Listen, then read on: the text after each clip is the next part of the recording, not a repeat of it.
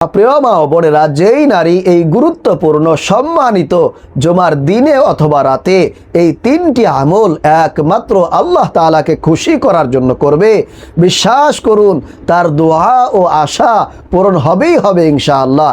তার ঘরের অভাব অনটন দূর হয়ে যাবে, সংসারে চতুর্দিক থেকে নিয়ামত আসতেই থাকবে, তার সগীরা কবিরা সমস্ত গুনাহ ক্ষমা করে দেওয়া হবে। আল্লাহ পাক রব্বুল আলামিন তাকে নিষ্পাপ মাসুমা করে দিবেন। বলুন না সুবহানাল্লাহ। প্রিয় মা ও বোনেরা, ওই নারী কতই না সৌভাগ্যবান নারী, যে নারী জুমার দিনে অযথা সময় নষ্ট না করে এই তিনটি আমল করবে। আর ওই নারী কতই না হতভাগা নারী, যে নারী শয়তানের ধোঁকায় পড়ে অযথা সময় নষ্ট করে জুমার দিনের বরকত থেকে দূরে সরে যায়। প্রিয় মা ও বোনেরা, জুমার দিনের গুরুত্ব কিন্তু আল্লাহ তাআলার কাছে অনেক বেশি, এত বেশি যে আল্লাহ পাক রব্বুল আলামিন পবিত্র কোরআনুল কারিমের ভিতরে জুমআ নামে একটি স্বতন্ত্র সূরা নাজিল করে দিয়েছেন। জুমার দিনের সওয়াব ও মর্যাদা ঈদুল ফিতর ও ঈদুল আজহার মতোই এই দিনটিকে সাপ্তাহিক ঈদের দিনও বলা হয়। এই দিনে ইসলামী ইতিহাসে বড় বড় ও মহৎ কিছু ঘটনা ঘটেছে। তাই ইসলামের দৃষ্টিতে পবিত্র জুমার দিন অথবা রাত অপরিসীম গুরুত্বপূর্ণ। তাই প্রিয় ভাইরা মা বোনেরা, এজন্য এই দিনটিকে আমরা কখনো হেলায় ফেলায় মিস করব না। সুবর্ণ সুযোগ আমরা কখনোই আজকে হাত ছাড়া করব না। ইনশাআল্লাহ সকলেই আমরা এই ছোট্ট তিনটি আমল করব। চলুন তাহলে আমরা এই তিনটি আমল সম্পর্কে জেনে নিই। এক নম্বর আমল হচ্ছে আজকে এই জুমার দিনে 2 রাকাত তাওবার নামাজ আদায় করা।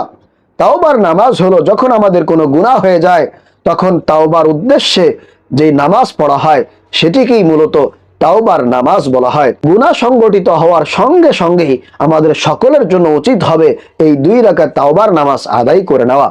বিভিন্ন হাদিসে এই তাওবার নামাজের ফজিলত সম্পর্কে আলোচনা করা হয়েছে।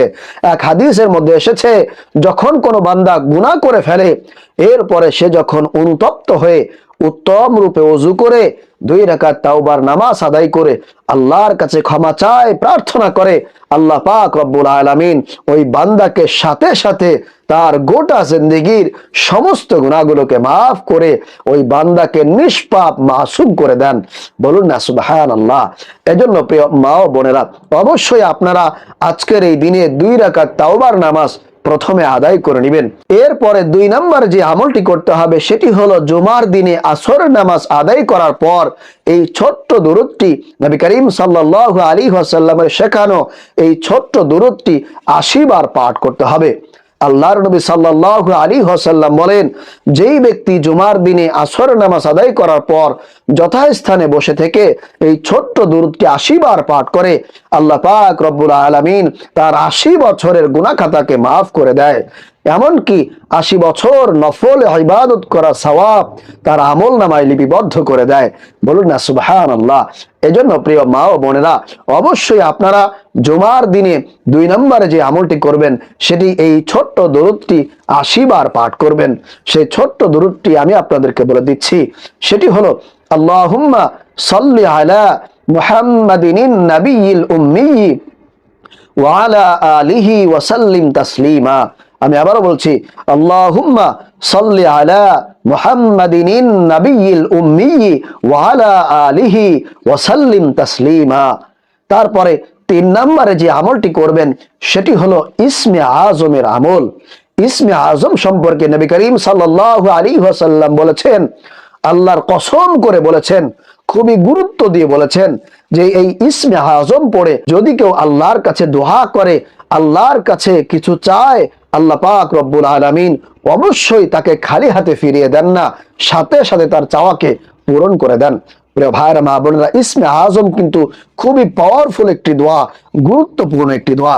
এ কারণে আল্লাহর নবী এটিকে খুবই গুরুত্ব দিয়ে বলেছেন, যদি কোনো বান্দা এটি পড়ে আল্লাহর কাছে চায় অবশ্যই আল্লাহ তাআলা তার দোয়াকে কবুল করে নেবেন, তার মনের আশা আকাঙ্ক্ষাকে আল্লাহ তাআলা পূরণ করে দিবেন। সেই দোয়াটি হলো আল্লাহুম্মা ইন্নী আসআলুকা বিআন্নী আশহাদু আন্নাকা আনতাল্লাহ লা ইলাহা ইল্লা আনতাল আহাদুস সামাদ আল্লাযী লাম ইয়ালিদ ওয়া লাম ইউলাদ ওয়া লাম ইয়াকুল লাহু কুফুয়ান আহাদ। তাহলে প্রিয় মা ও বোনেরা, এই তিনটি আমল আজকের এই জুমার দিনে অথবা রাতে আপনি যখনই সময় পাবেন তখনই করে ফেলবেন, মিস করবেন না।